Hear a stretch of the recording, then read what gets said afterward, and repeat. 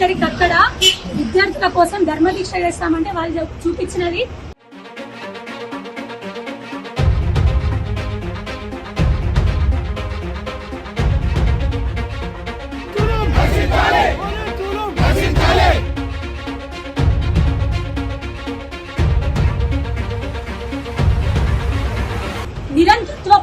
నియంతృత్వ పాలన ఎట్లుందో అర్థం పడుతుంది. రక్తాలు వచ్చేలాగా ఇచ్చి పడేసిండు.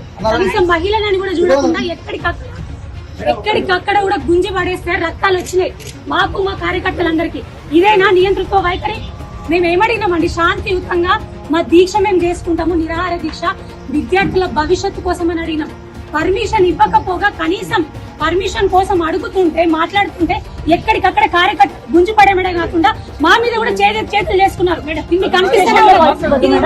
దారుణం